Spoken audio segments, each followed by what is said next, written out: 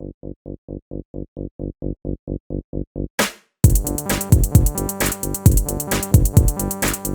worried. You're worried? We're worried. Let's worry. Hi, I'm Kevin McDermott. And I'm Casey Grambo. We're performers at the CT Comedy Theater in Hartford, Connecticut.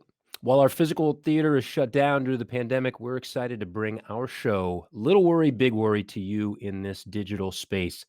On each episode of Little Worry, Big Worry, we are joined by a very funny guest to talk about what we're worried about, the silly little things and some bigger personal fears. We talk things over, we break it all down, and hopefully we feel a little less worried. Casey Grambo, how are you? I'm doing all right. How are you, Kevin? I'm great. It's nice to see you.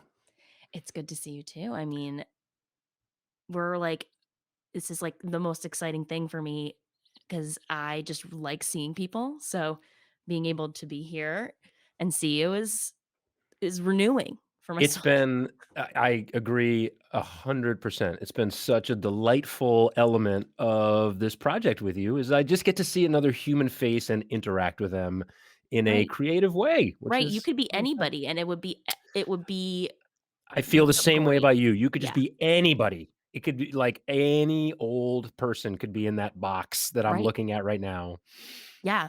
I think like even just like a dummy in like a Guy Fawkes mask. I Yeah. would be in the Zoom screen would It could bring be a pot. I mean, it could be right. a pan, from the Yeah. kitchen, and I wouldn't care as long as it just As long as it was there. smiled back at me. Yeah. Oh my That's gosh. all. Well, Good. I'm I'm glad glad you we're on feel the the same same way. page, Casey. I wanna thank you for your recommendation from last episode. Mhm. So Casey recommended something good in our, segment that we do at the end of each episode that, I write a letter, right? Or I write something Or like just send personal. some mail. Yeah. Send some mail, yeah, and I have been, like, it has caused me to be very conscious of, like, how I write, both in text messages and in email, and it is a delight to be expressive in writing, and your suggestion just framed that for me, like, That is reminded me, yeah, that's really fun. Oh, I'm so glad. I have to admit I have not got to listen to You Must Know Everything, the podcast, which is a delightful father-daughter podcast, right? Yes, it is so cute. I can't wait for And you to listen to it. yeah, I will speak more on it when I indulge, but Awesome. uh Well, stay tuned, all you listeners and viewers, to the end of the episode because we're going to recommend a couple of other good things for you to engage with, videos. And as this, like Casey recommended an activity for me, mail something, write a letter. But we've recommended albums in the past, so stick around for that. But let's not waste any time here, Casey. Let's bring on our guest because let's he do is it. amazing. I can't Yes. wait to talk to him. So joining us today is a Connecticut-based improviser, sketch writer, performer, and the co-host of the sports and anime podcast, Coach Me Sensei. Please welcome our guest, Josuel Rosario. Yeah. There, yes, Hey guys. Josuel. Oh Hey, man, I'm so excited to be here. thank you for being here. We are, really psyched to talk to you and are so grateful that you've agreed to appear here and be on Well, the show. I've got, some things to get off of my chest, so where better to do that than on Little Worry Big Worry. I'm glad you were saving it up. That's what It just so happened to coincide with the podcast you created. These have been saved up for a long time, so I'm glad I get to that now. It's just kismet. We created this for you specifically just to dump it all out. Yeah. I can't wait. I'm so glad. Holy smokes. Should we get into it, Kevin? I would love to. Why Let's waste do it. time, Casey? Let's get right into it. Wasting time, so let's start worrying. So I think I'm first, You and are up. on our show we start with little worries. So, my little worry is that I'm worried that I liked giving my plant up for adoption too much, and I should provide some context. We need to know more about the plant. Yes, Casey. So I had a plant. Many of you have probably seen these kind of plants, a monstera. I think deliciosa or whatever the plant name is. It's a It's the delicious monster plant? delicious monster. They call it the Swiss cheese plant. Right, which adds to the delicious part of it. It's so delicious. And this Big plant or plant, little plant? I'm sorry to oh, interrupt, it's but a is it no, it's fine. It's a floor plant. It's a big plant. yeah. And it's, tropical. For, It's for, cool. yeah, for some context, it barely fits in the back of a car. It barely Oh. fits in the back of like a mini SUV.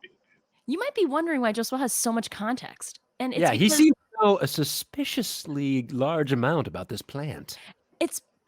I put this plant up for adoption, and Josuel is the new parent of this plant. This plant is now my child. I am now plant daddy, and I'm loving it. Oh, I'm so Ooh. glad. So the reason why I had to give it up is because it's toxic for my cat who wants to eat it. And it wouldn't kill the cat to be chewing on it, but as evidenced by me hosting a show about being worried, I was worried that the cat was going to die. And Josuel was the first person to raise his hand to adopt this plant, and I felt so excited that it was that somebody wanted to take this plant. Because just what he wanted it so he could poison his cat? Or did your cat eat it or vomit? Always. Or like, Yeah. oh, yikes. Was trying So this plant used to live in my living room. It was gorgeous. There were 2 chairs, there was a plant. I felt very adult. I felt extremely fashionable. Can It confirm that I immediately got those feelings as soon as that plant crossed the threshold of my apartment door. it's a you get it. Yeah, living room plant just stamps you as an adult. That is Yeah. It pairs nicely with like a record player and like a bourbon or something. Like, And I promise you, it is right next to my record player. this is like truly embarrassing, but it's a vibe. And I really was so afraid that I ended up locking this plant in a guest room. You and- grounded the plant. Don't Stop poisoning my cat. So yeah, but what you're saying basically is I abused a plant child and then gave it up. You sent it to its room. You're like, plant, go to your room. I said, plant, go to your room, and Nate and I are in a new. My fiance Nate, for those of you who don't know, and I are in a new place. We don't have furniture for all of our spaces, so like this isn't a guest room that's like can be locked. Like this guest room like has my underwear in it. Like I have to go in. So like you banished dresser. the plant to an empty, bleak, unfurnished room. No, this plant is in a more furnished room than I live in. Oh, Like, I see. so So anyway, the plant had to go. The I had plant. to This, keep. But it lived a life of luxury before I got abandoned. It did. It really did. And I just had to go in there. The cat was always like trying to get like in the room. And I was just like, you turd! Like, stop. And this every time I had to go get something from that room, it was just annoying. So I decided I wanted to stop feeling frustrated and start feeling relieved. And it was such a relief. And then there were people, just while you probably like looked at the Facebook thread, people were amped about this plant. Yeah, I feel very blessed that I got in when I did.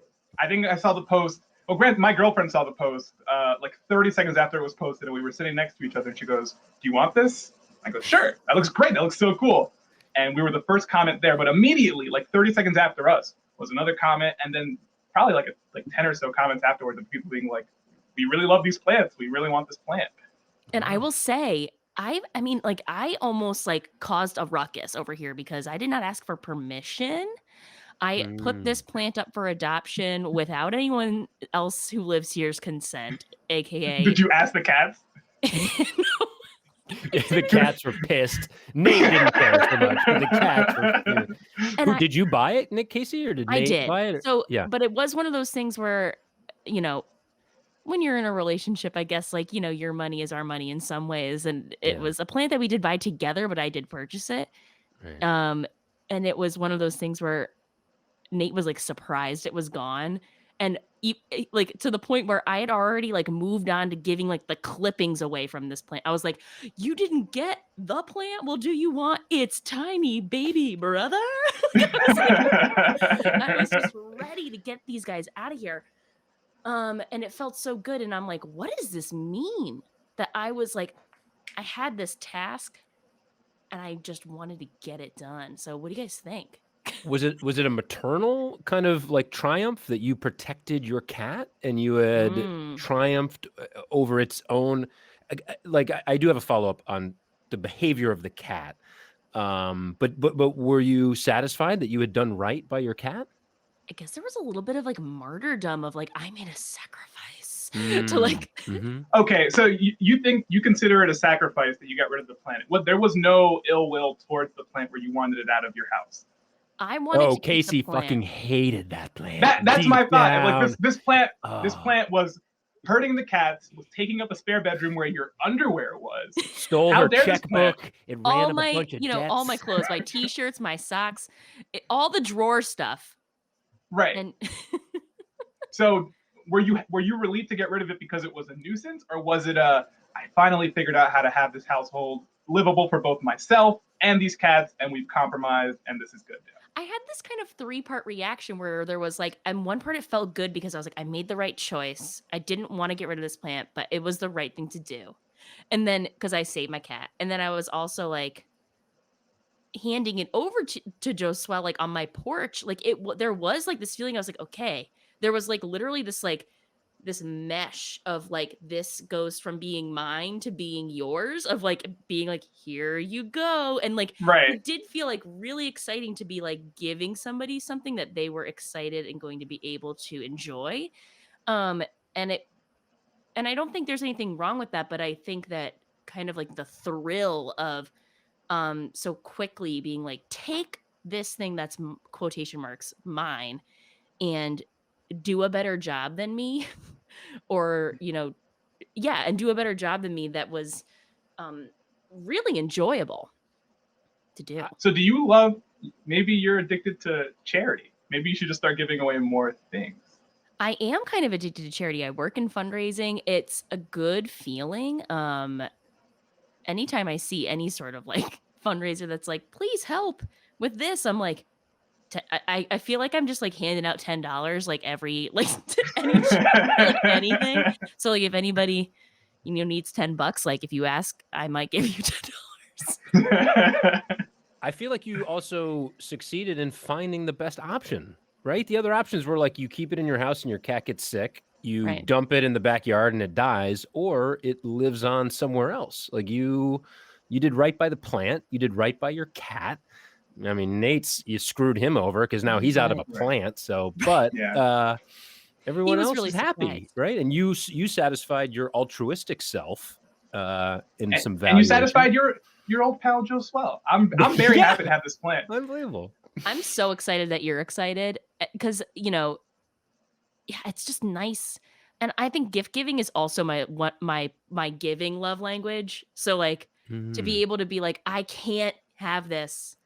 But it was like I didn't feel actually emotional, but it is like full of emotion to be like, and I think that's maybe why it's a good thing for like some like good like for goodwill to not be you like handing something directly to somebody else, because it's like kind of like just like this charged moment. It's like, yeah, we need the behind the building drop off so we can like get the people out of here. Casey, I love your motives for all of this. I mean, they're manifest, myriad rather. And when you initially had that worry, I thought like, oh, she's going to be happy that she dumped her problem on somebody else, and that's why she's Oh, that was the worried. But biggest thing. I like that's why I kept it for so long, is yeah, because I was like, a lot of people I know have a cat, and like I would not be able to live with myself if they like chomped and died on this plant. can you give me a little bit on that? I don't own a cat. I don't understand this pathology of the cat nibbles on the plant.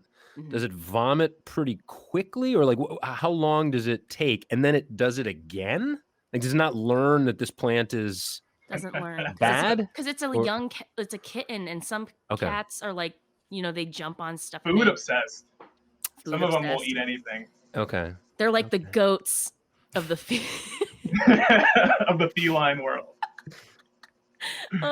yeah, and he was pretty good at also like he wasn't like he never actually puked, but like it's because I kept him away from it. I tried talking to like friends who I knew were like plant cat girls that like like their plants and their cats like coexist, Mm. and it's beautiful, but I could not facilitate a cat plant environment. So did you say you got like a lot of suggestions on how to cohabitate the There's a cat and couple the of people plant? who on Instagram I know. I wasn't like writing to strangers, but like some people who I'm like, hey, I noticed that you have a cat and you have like a couple of like pet toxic plants. Like, how do Uh, you do it?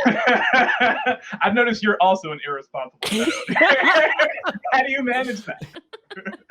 well, it's wonderful that your plant, which was problematic for your home, found an amazing new home with Josuel. And I understand, Josuel, this is not the only new addition to your domicile. Not just No, the plant. it's not. It's not. And I won't say that he's new, but my Oh, little worry that I brought for the show today is that I'm worried about how to be the best step dog dad that I can be. Uh, my girlfriend, she has a dog. We've been dating for about 2 years now, and her dog, he's 7 years old. She's had him since he was a puppy, and he's great. I love him so much, but I've never had a pet before, so I worry now that we spend more time together, and I'm sort of becoming more and more responsible for the dog, that I am not living up to his expectations of what a good owner should be. Like oh wow. I don't Dog have like the psychology. training, the training or Oh, the background. A lot of kids grew up with pets. I only yep. had a snake when I was a kid, and that took little to no work. Uh, Most You of didn't the have so to work is do just not getting eaten by the snake. just feed it a mouse and it loves you. exactly, Yeah. exactly. So I think that my background doesn't suit a dog with such high expectations. He's had his mom who's been killing it for 7 years, and then this dude comes in, and I have to go take him out, and he's like, "Where are we going?" And I'm like, "I don't, I don't know where you poop. I don't understand where all these things happen." So uh, I I just worry about getting up to speed to be the best dog dad that I can be. Yeah. You're worried It's a about this dog being like, ugh. this Like if she dude. has to go somewhere and she's like, "Hey, can you watch him?" I want him to be like, "Yeah, we're hanging out with dad," not like, "No, mom, please don't go. Don't leave me here with Yo, this weirdo." mom, this dude doesn't even know where I poop. Come on. You're leaving me with this guy again? Really? They're very specific about that. Sure. Oh yeah. You don't sound like you believe me, Kevin. No, I do. My dog poops in a very specific quadrant of the yard. And outside of Right. that quadrant, he does not poop. And you're like, what is happening with the mapping in your head for your defecation? Like, why is it so specific? So no, Our dog Right. only poops where there's like foliage around him. He's like, no, don't make me be out in the open. he's a catalog pooping dog. He's like, can we get some more falling leaves behind me and some more sunlight? I need. But Joel, I'm curious. So are you more worried that this dog kind of like doesn't like you, or that you're not like, because I know there are some times like as a pet parent, I'm like, oh God, I really should be walking them more or doing this. Like, do you want to be creating an ideal situation, or are you feeling like are you more worried about your lack of pet knowledge? I think it's my lack of pet knowledge. I think we have a great relationship right now where we hang out, and I'd like to. And I will say that the mom does a lot of still a good amount of the responsibility, but I'd like to be in a position where like it's sort of equal. But I Are just you, don't understand. Oh, sorry, I just don't understand like the training and stuff. Like sometimes I do things with them, and I'm like, am I creating good behaviors for you? I just want what's best for him, and I don't know how to determine what that is. I imagine this is what actual parents go through, where you like teach your kid a lesson, and you're like, a year from now, is this going to be the wrong lesson? Like, is this creating situations that I'm not aware of? A lot of the times you're just like, fingers crossed that was the right thing. I don't know. It felt right. Like, we'll see. I don't know. Was the dog cool with you right away, or was there a kind of like a little standoffish period right at first? Do you remember? Like, I think he was friendly with me right away, but not like there wasn't a bond or anything. I think he's just yeah. excited to see people. We're at a point now where Nor did he reject you right away, or like, no, yeah. no. I think we were fine. I mean, he's the sweetest dog ever, so I don't think he hates anyone. Yeah. So I think I was just another person in the beginning. Now we're at a point where he's like excited to see me and stuff, but I don't want to mess him up by like feeding him too much or anything like that. I don't know his diet that well. I feel like his mom has a really good grasp of like what he needs to eat and things like that. So I just worry that if left to my own devices, if the pressure were ever on me to take care of this dog, this being that I care about very, very much, I'm not at a point yet where I can do that on my own.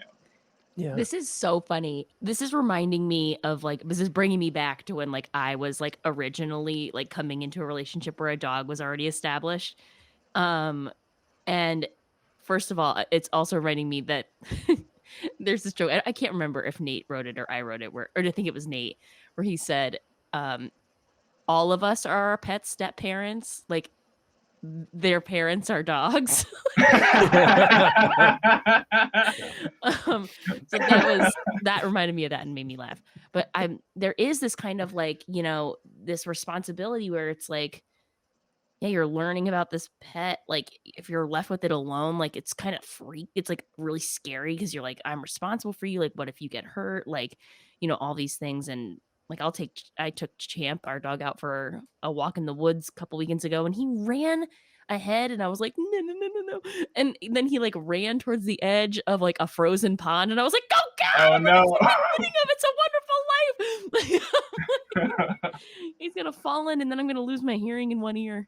That's Um 100% like a kid. Like, no, come back, come back. Oh no, you're too close to the edge. Wait, wait, wait. So I kind of had like suppressed that anxiety and worry, Josuel, of like it's not my dog, but it does come through in those moments of like, oh Right. my god, if something happens, like I'm toast. Like I'm never gonna be trusted again. Can I ask you, are you at a point now where you feel like you are truly Champ's mom? Or does it still feel like Nate's dog and you're just like, go? I think that it's like when I stopped working at a traditional office and started doing like freelance work and I was home like all the time with the dog, like that was like our bonding time. Like it was like during those times where it was like I'm in charge of you, it's not just when Nate and I are here together, like, it's me. And I think we grew really close during that time. And it sounds like so dorky, but it's true. And I think like after that, I feel like I'm like, he is also my dog. But that was like 2 years into living with said dog. Right. Took My a couple bond years. came from, like, a number of failed attempts to do activities with the dog.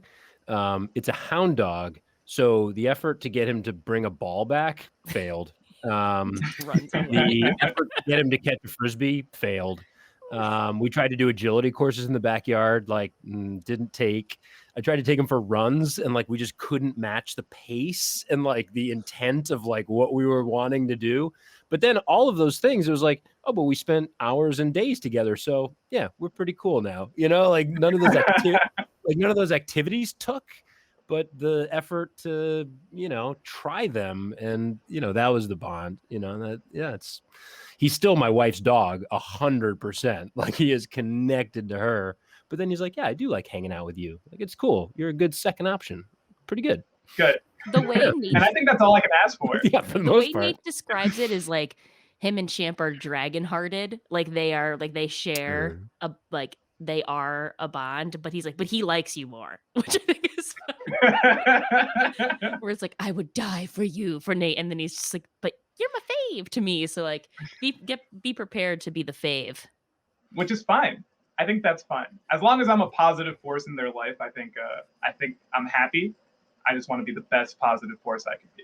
And if I have to play second banana to dog mom, that's okay too. That's beautiful. Is the dog eating the plant, or are they No, he's a hound dog as well. So he just loves smelling it, but he's not much of an eater of plants. He's not like those dastardly cats. I got a beautiful picture of this dog laying next to the plant And Josuel's girlfriend Cassandra goes, I think he feels tropical.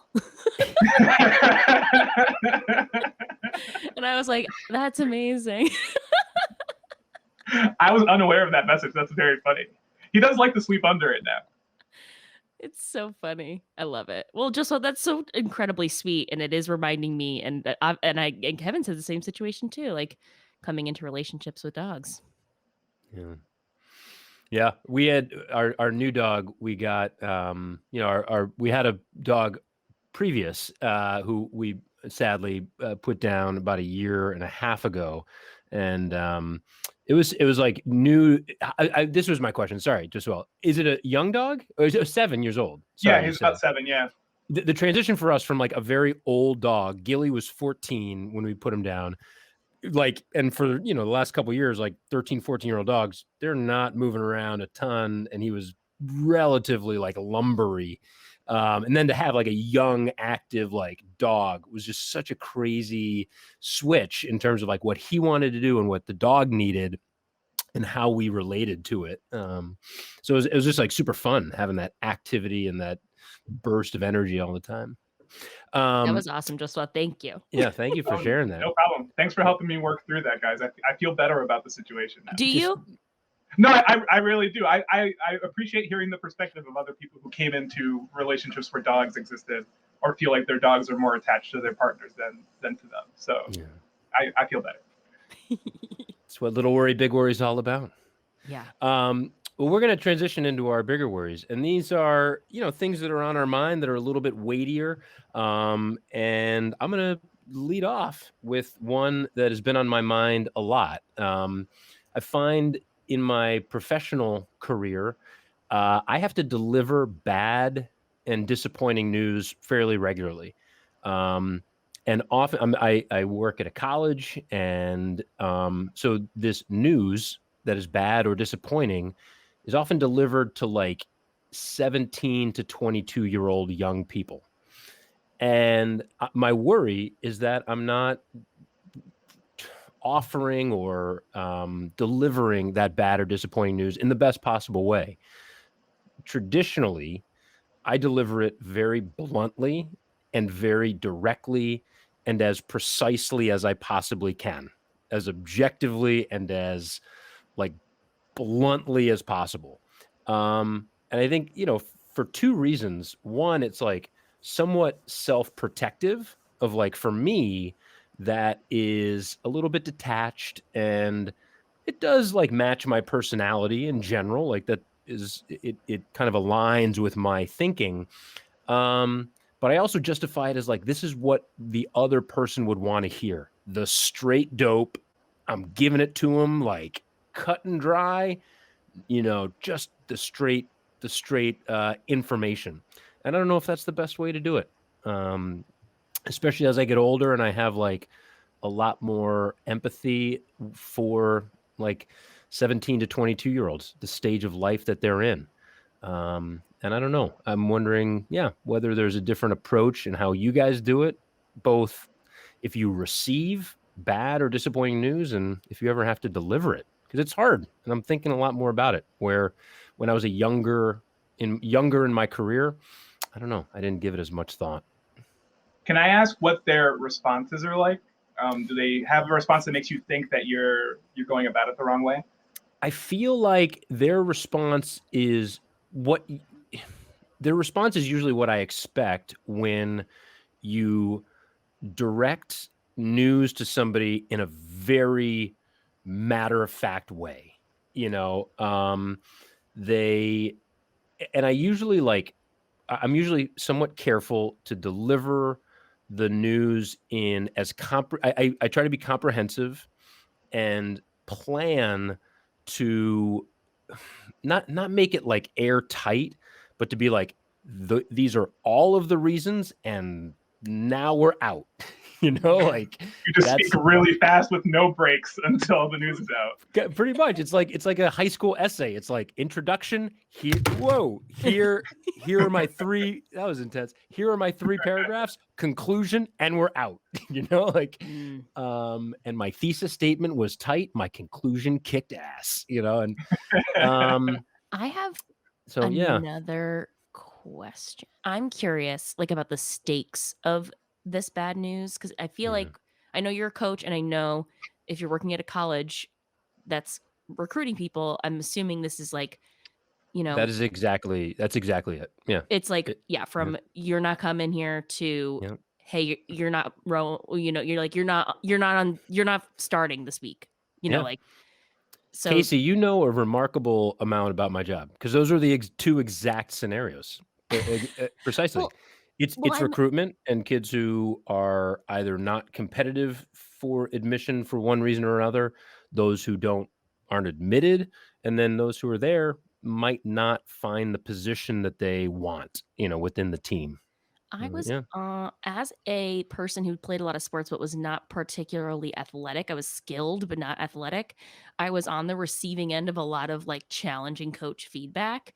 And I do think that the strategy of making it very clear and kind of like, hey, it's not really a discussion about some of these things is valuable, because I think there are going to be some moments where I know for me, as a young person getting feedback like that, there's a lot of it's very emotional, and you wanna know why, and, like, if you're able to kind of, like, leg it out and not be kind of mysterious about, like, what's going on, I think it gives people something to go chew on, as Yeah. opposed to, you know, kinda spin your own story.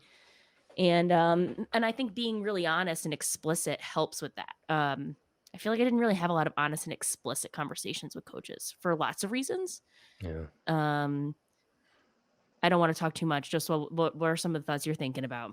I'll say you said you're worried about it, but honestly, it sounds very considerate the way that you sort of thought out how to deliver that news. I think as long as it doesn't sound personal, you mentioned the word objective, sort of matter of fact. I think as long as it's not coming from a personal place, Yeah. it might hurt hearing the news, but I think going forward, they can understand what you said to be factual, not like an attack on them or anything, just a matter of fact, like this is a situation. I'm sorry that it didn't work out, kind of way, Yeah. and they can do what they can with that information without having to process like, does he hate me? Was he being a dick or something like that? It's just more about the facts. So I think I'm not a sports person. I wasn't competitive at all, so I've never been on like the receiving end of that information.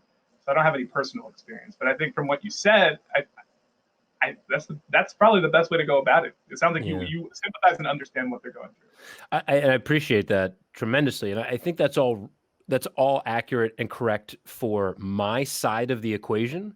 But I always feel like those interactions, whether it's a manager and an employee, or a coach and an athlete, or a parent and a child, like there's always two sides of the equation. So all of that works for my psychology and my makeup of like, Your value system? totally, totally. It aligns with me. And I'm like, but that's only half of the equation. How do I empathize more with the person on the receiving end? And what adjustments can I make to I don't know if the mathematical equation metaphor is appropriate, but to balance it a little bit Right. more. And because there's Can well, I ask you hit how? it on the head. Like you described me, right? Like Right. that process is perfect for me. So is it perfect for other people? How often are you delivering this kind of news? It varies quite a bit, but like, I feel like there is regularity to and even within my life, like as a parent, you have to tell your kids things they don't want to hear, or Mhm. and in other professional contexts, I have to say things that other people don't want to hear.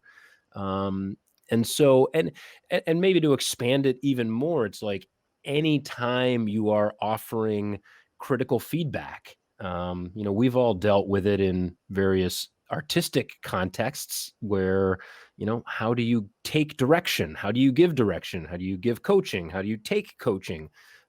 So yeah, all of that said, like writ large, the approach that I take is very, again, matches me and my loud, deep voiced, bald headed self, like my, my rhetorical style matches my physical style expression roughly. I love the idea of a delivery being described as bald-headed. You know what I mean? You Like got a single the, hair on that delivery. the What a red bald-headed faced, speech that like, was. yeah, the red potato faced Irish bald guy delivery, It's like, I have two kind semi-related things. So like I just wanted to share that like I I think as much as much as I'm like, yeah, that's the right thing to do. Like just give everybody the real dose of the reality. Like I know I don't necessarily always do that when I'm giving feedback or delivering bad news. Um I am definitely a coucher. I couch things. I avoid or try to problem solve around it or give people kind of like the sunny side of the bad news.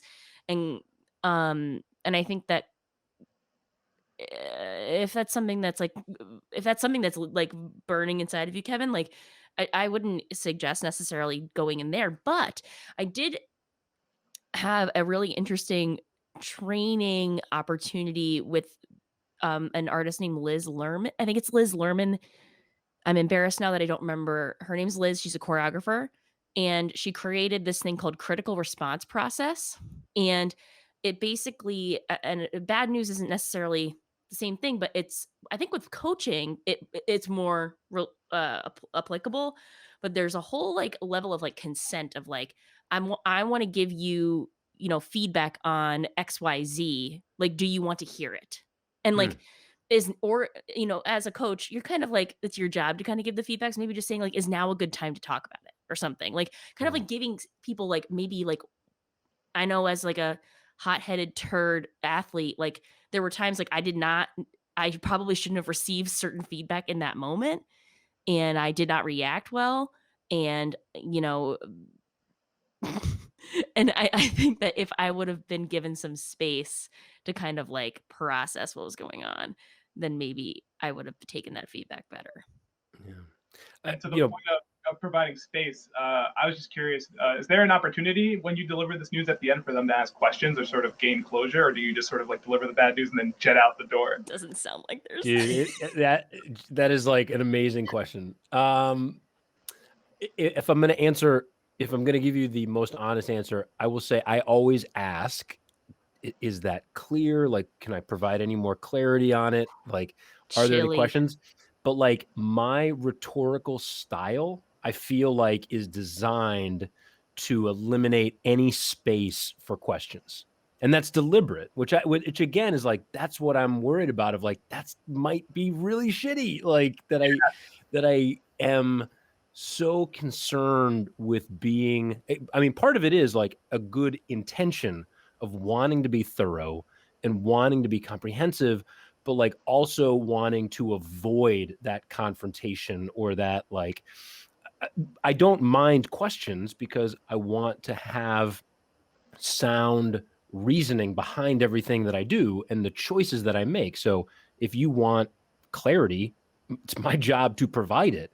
Um, and but again, I think when I'm delivering disappointing news, I just don't leave that space. I may offer it, but there's not really an opportunity, if that makes It's not sense. exciting.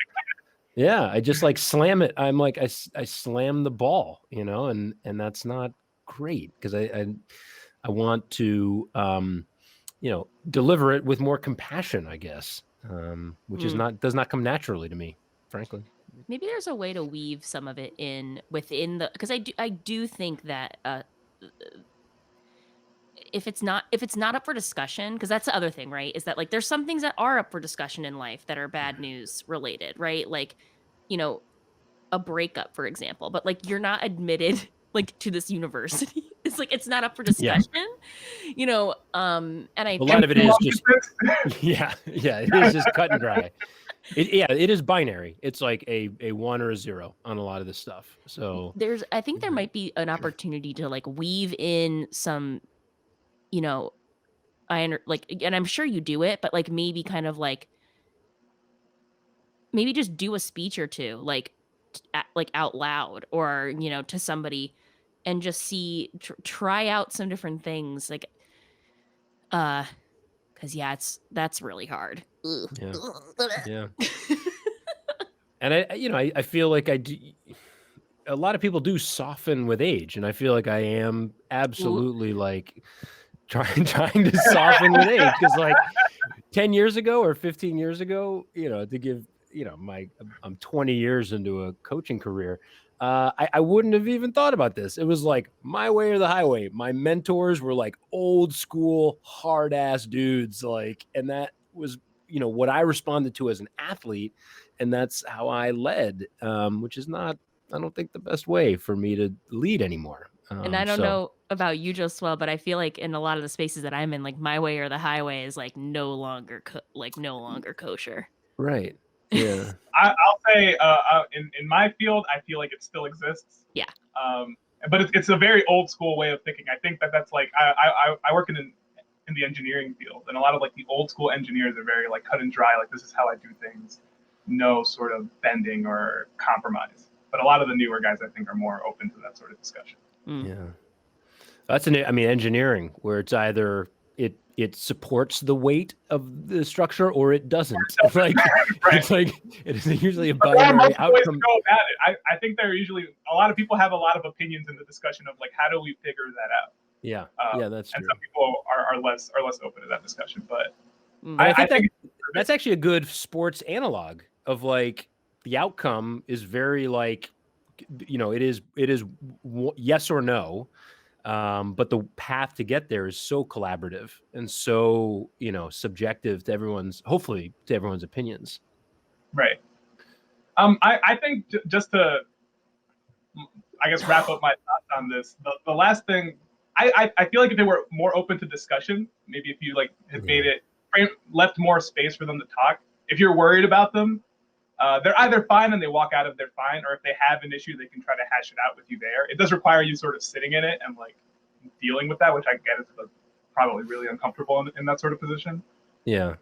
But I think that's incredibly valuable. And I am, again, now, not that it's more maturity, but it's more openness to that process of like, I am self-confident enough to like sit in it and, allow for discussion where probably 10 years ago, you're younger and less self-confident and less self-assured and wouldn't want to offer that opening, which I should.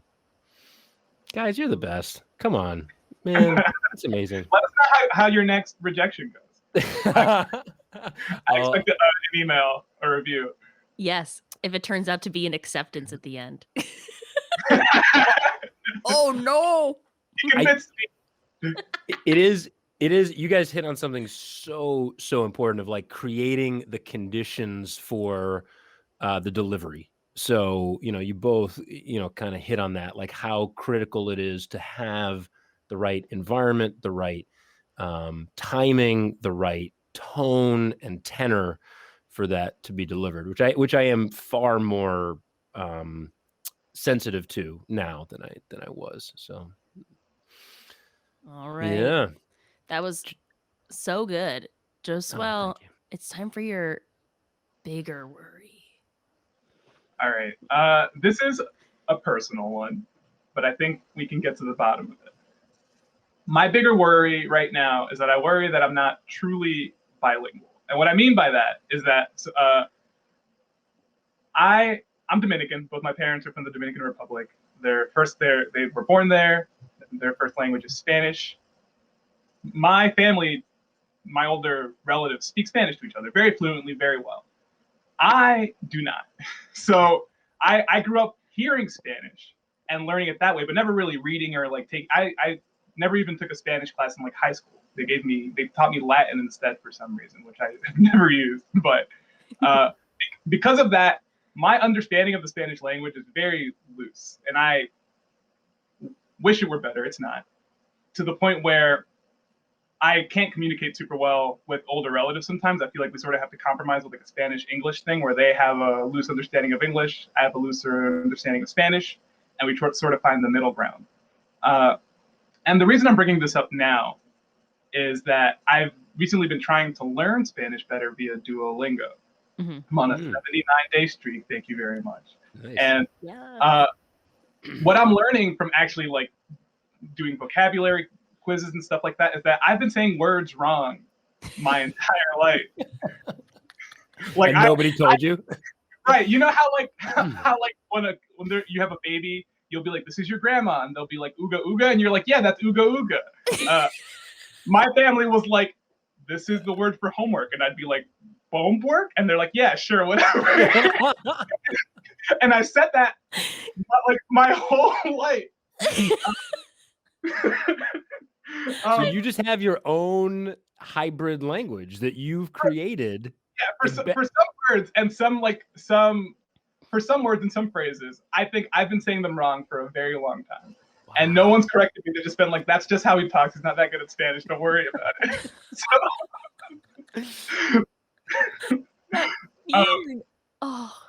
Go ahead. So I worry that I'm not good at Spanish. One, like I truly don't know the language, even as little as I thought I did.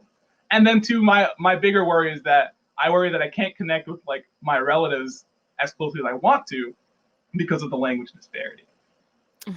The second question is incredible and like super deep. And I have like just a logistical question first. So, or two, one, did your parents speak Spanish in as you were growing up, and did you listen to, and did you speak Spanish back? You know, yeah, when you I learned Spanish just from hearing like I assume as I was a kid they spoke to me only in Spanish, and then as we started going to school, me and my brothers, like we brought back English or we watched TV or whatever, and that's how it got sort of involved in our family dynamic. But yeah, they taught me Spanish. I would argue that that's probably my first language. I've been told in my sleep sometimes when I sleep talk, I speak in Spanish. Oh wow! So it's in there. It's deep in the brain. I just think that no one ever took the word that I was hearing and showed me like an index card and went like, "This is how it's spelled." Right. It's for me to like, really know how to pronounce that stuff or know the intricacies of the word. How challenging has Duolingo been? Has it been like really easy and you're just like, "Oh, snap," and picking it up, or is it more it hasn't challenging? Been hard. I think I understand Spanish a million times better than I speak it. Yeah. Like I can hear it and use context clues to really figure out what people are saying. But if I try to form a sentence like conjugations and certain words you're supposed to use for like gendering nouns or like getting the right article for the right gender of noun and stuff like that, totally my brain doesn't do that. Because again, I think that's like the grammar thing you learn in school, and not something you pick up just by hearing the language. Like using las or los for a masculine or feminine noun isn't something that someone's going to stop and explain to you in casual conversation as a 4-year-old. Right. They're just going to let you do it wrong, and then and they're like, "So cute, Josuel, so cute." Oh, with his homework. Oh, I worry that I'm like, you know, when you have like back to dogs, your dog is like staring at you, and you're like, "Oh, he wants to go outside." I worry that I'm just speaking gibberish to my family, and they're like, "Oh, he wants milk." That's what he's saying right now. And that's just been flying for 28 years. Oh my God.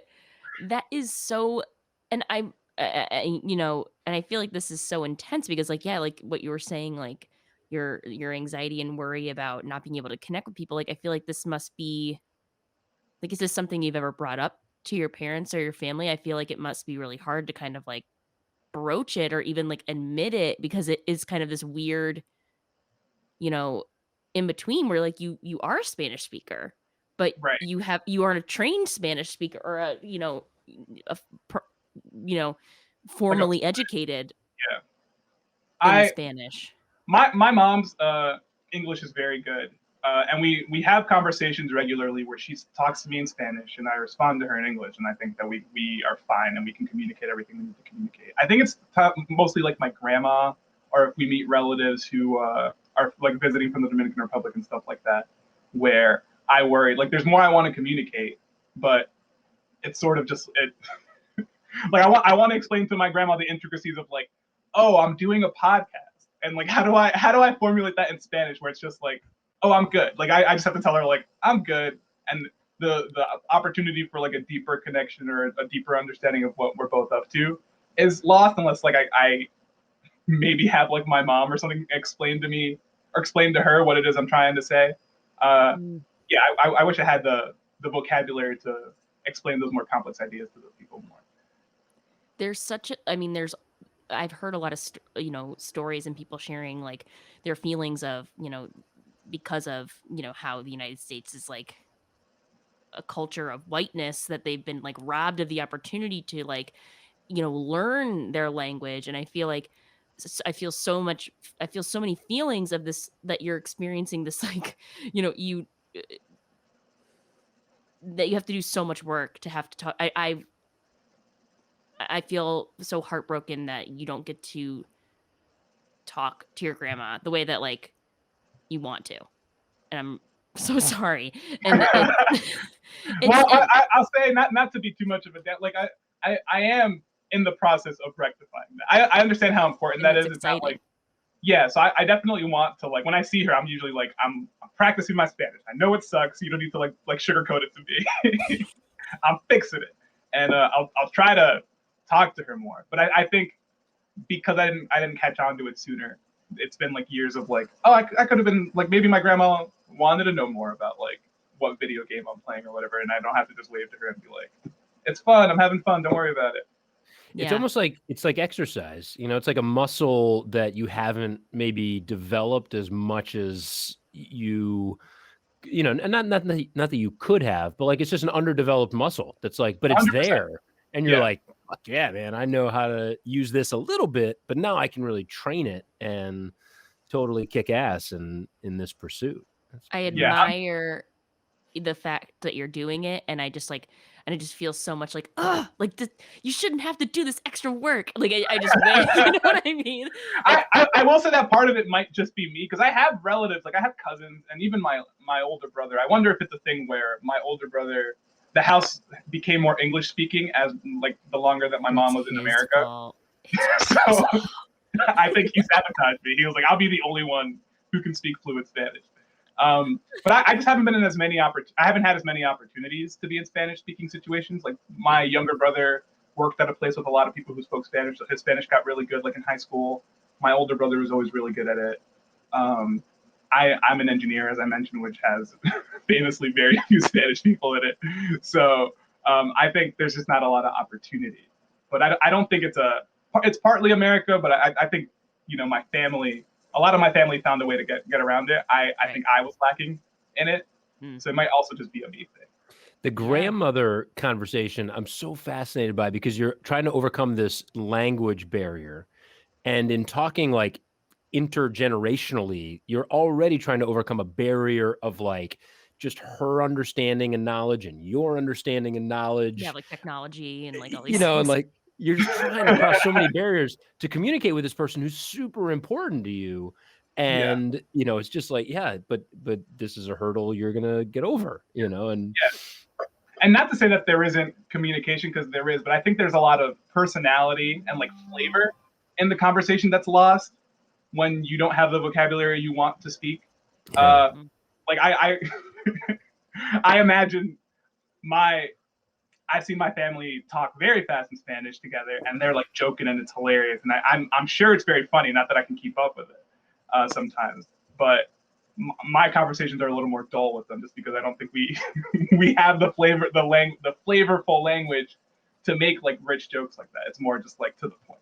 So I think Mhm. I'm also missing out on like the flavor of certain personality traits that my family has. I wonder, are there unique Dominican like regionalisms and like idiosyncrasies to the language expressed from a geographical standpoint? Probably. And Again, this comes back to like me learning Spanish just from yeah, hearing. I've been in plenty of situations where I've spoken Spanish to people and they've been like, "I don't understand what you're saying," and I'm like, "I promise you, if I said this to my mom, she'd be like, great job, I love you." So Thank I'm you, sure there Joseph. are. I'm sure there are. I just don't. I couldn't tell you what they are because I haven't gotten to that stage in Duolingo yet. But I'll report back and let you know. was the Latin placement in high school for SATs? I feel like It was. that's always I was they're in an like these will help you on your SAT words or they some said it shit would like help that. with English, like you learn Yeah. better sentence structure and stuff. And I think it looked better on like a transcript for college. But honestly, it was super easy because I had a rough understanding of Spanish, and all of the Spanish words are their root words are Latin words. So I was just like, I can't think of an example right now, but this I see a Latin word and go like, oh, that kind of sounds like the Spanish word. I'm sure this is the definition of that word. Casey, did you ever do Latin, or are you? No, but I was thinking to myself that all the kid, like I think Josuel fits into the kids who take Latin because it was always like the very smart, very into like kind of like fantasy or like video games, like kind of like my brother took Latin. Like it was people who were both like very like striving for like the SAT thing that you were talking about, Kevin, but also in our school, like the kids taking Latin were like learning about mythology and like there kind of was this whole like uh fun world building that they were doing, whereas like I think the Spanish and French classes were like learn the language, that's it. um, Yes, well, I'm with so you. I loved Latin, and it was compulsory 7th and 8th grade in the middle school that I went to for a couple years, and I loved it. The structure, the order, the precision. Going back to my worry, it's like this language connected to me. I loved the conjugation and the structure. It was great. Kevin is part of oh go ahead, Oh, sorry. Joel, sorry. I'm just curious. Like I enjoyed it at the time, and also the historical aspect of it. I thought ancient Roman history was super cool. Yes. So I was reading books on that and stuff at the time too.